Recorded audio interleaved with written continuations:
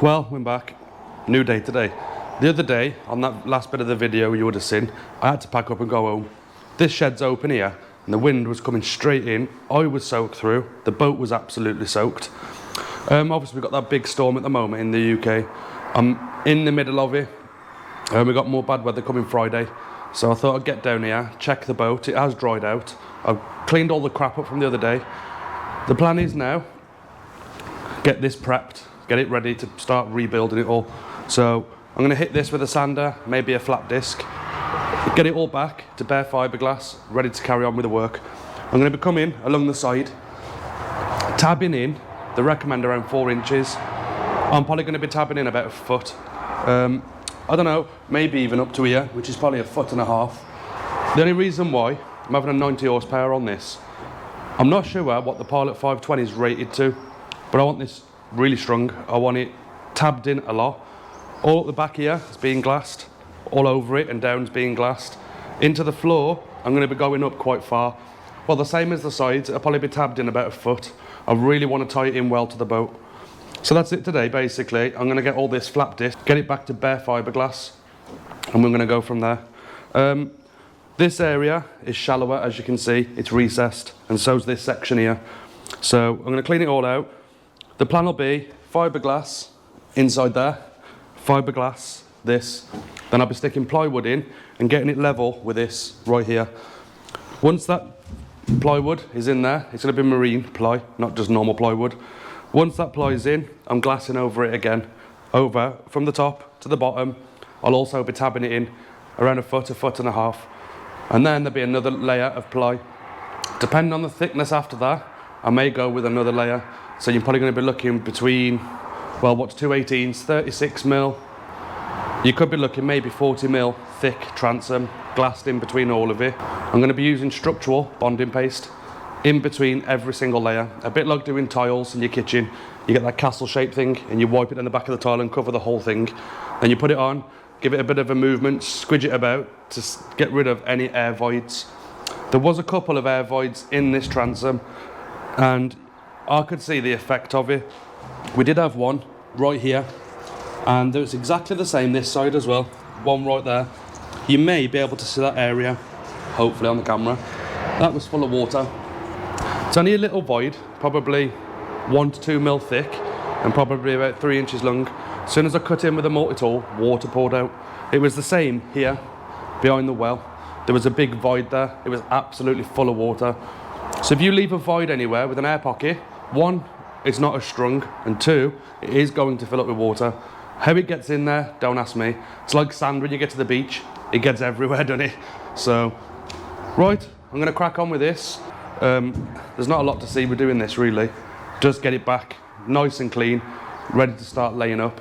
I'll do a bit of it now on video, maybe go into a time lapse. I'll show you the end when I finish doing it, so you can see how it looks. And then it'll basically be when we start laying up the fiberglass and getting this transom reinstalled. Let's crack on. Something I did want to show you. I think these are called elephant trunks. I actually don't know the proper name for them. For the ones that don't know, they're used for draining your deck. They're attached up here on a string. You loosen the string, it drops down. You have to be motoring forward, which then sends the water backwards and out these chutes. I will never use them, and it's just something to get in the way. I had one on my other boat, and when you got the engine here with a spray, it hits this and it sprays up. This can cause a lot of splash back into the well. It did on my other boat. It may not on this one, but it might do. Hopefully you can see in the bottom corner of your shot there, I've taken that one off. I'm taking this one off as well now. These are little screws. I cannot get them out. So I'm going to drill them out now.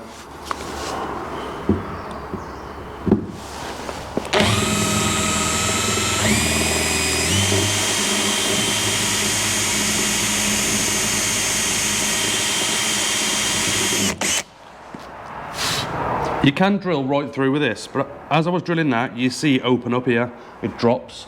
You know you've released it then, so that's more than enough just to get it off. We can deal with the screws after.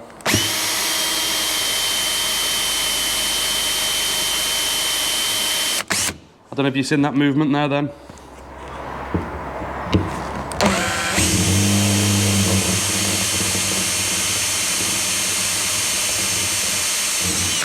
If you do drill straight through, it's not a problem. You're fiberglassing it all anyway. You might not have these on your pilot anyway if you're rebuilding a pilot, but you may be rebuilding another boat and you're wondering how these are attached or what they look like behind. This should come off now. And literally that's it. There's a reason why I don't like them. I'll explain quickly. It was exactly the same with the other boat. Water's coming through here, obviously, through this. It is never sealed properly inside between the transom and the wood. Basically, you're just cutting a big open hole in your transom to allow water to soak into it. You want as least holes as possible in this transom. I'm going to have the hole at the bottom here. I'm trying to think of a way to design it where there's no wood there, if that makes sense. I may even try and cut around that part like this, and then it'll be thick fiberglass just like that. Drill straight through the fiberglass, and that'll be where the water drains out. I don't want it in contact with wood. And yes, you can seal the wood, I know that, but it's not guaranteed. Eventually, that's the way you've sealed it, resined it, whatever. It is going to break down over time. I'd rather have it totally away from me and just have it with fiberglass if I can. I don't know if I can yet. You'll see how much crap's inside there, and you just cannot get it out. So, yeah, what will the plan have to be? What I'll have to do with this, I'm going to be fiberglassing the inside, which I said earlier, and obviously there's going to be wood there, so that'll be blocked. But the outside of this now, I'm going to have loads of little holes, and I've got the big hole. What I'm going to have to do is, like, basically use a flat disc around that area, about that size, and I'll have to feather this edge in. So that's the thickness of it, for example. What I'll do is sand it to a point like that. That point will be around here. And then I'll put a little disc of fiberglass in, a slightly bigger disc, and a slightly bigger disc, and I'll build it up. That way, this will never halo, and it'll be fixed properly. It's a proper repair. And I'll be doing the same on the inside. Well, it's going to be glassed right across anyway. But yeah, that's what I'm going to do. These little holes, I'm not 100% yet. I think they're a little bit big to fill. I could fill them, but around the outside of these little holes, it's going to reappear over time, a little circle. I think they call it a halo.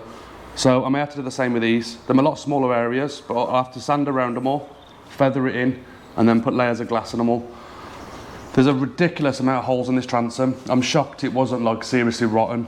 But then again, looking at more of it now, I do think this transom's been done at some point. There's some dodgy cuts in here. It's a bit of a mess there. It's not going to be like that from the factory. It'll be a proper finished, nice job. There's side strips here, bumpers. It's missing from there. So I'm going to have to do something to reinforce this area. Because obviously normally it's clamped together and there's a bit of strength there. That's gone. So I'll have to probably fiberglass down here and under that lip. And basically down a little bit, something like that. So that's it. We're going to carry on now doing the prep work. I'm going to sand the inside, sand all of this just to tidy it up, get rid of the screws, knock them out. Yeah, we're just going to crack on with it.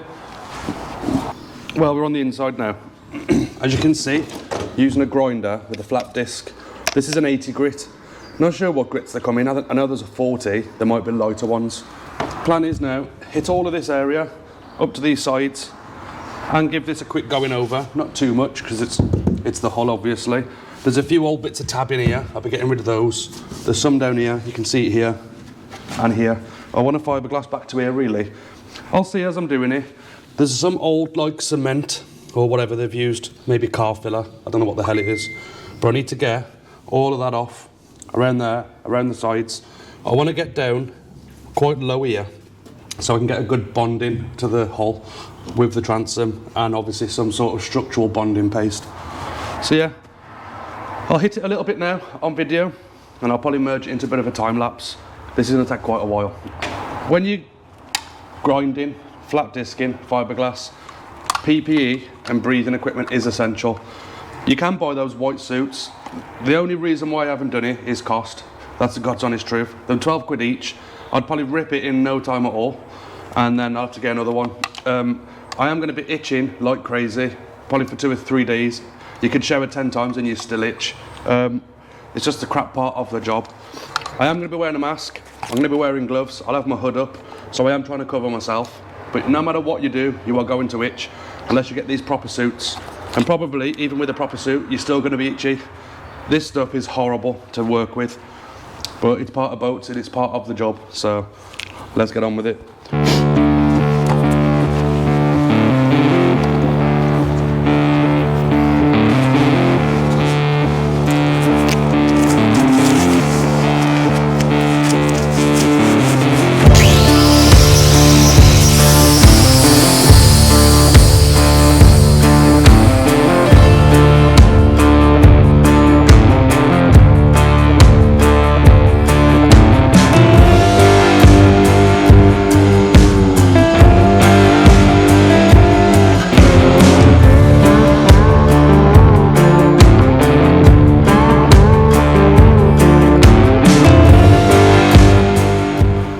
Well, I'm going to end this video. It's probably going to be about 17 minutes long.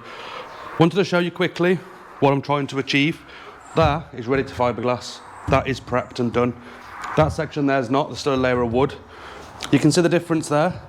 That is good to fiberglass onto. That isn't. There's a bit of old paint and stuff. As you can see, there's like a sort of a brown line right there. That is bare fiberglass, but it's got crap on top of it. You want it like this.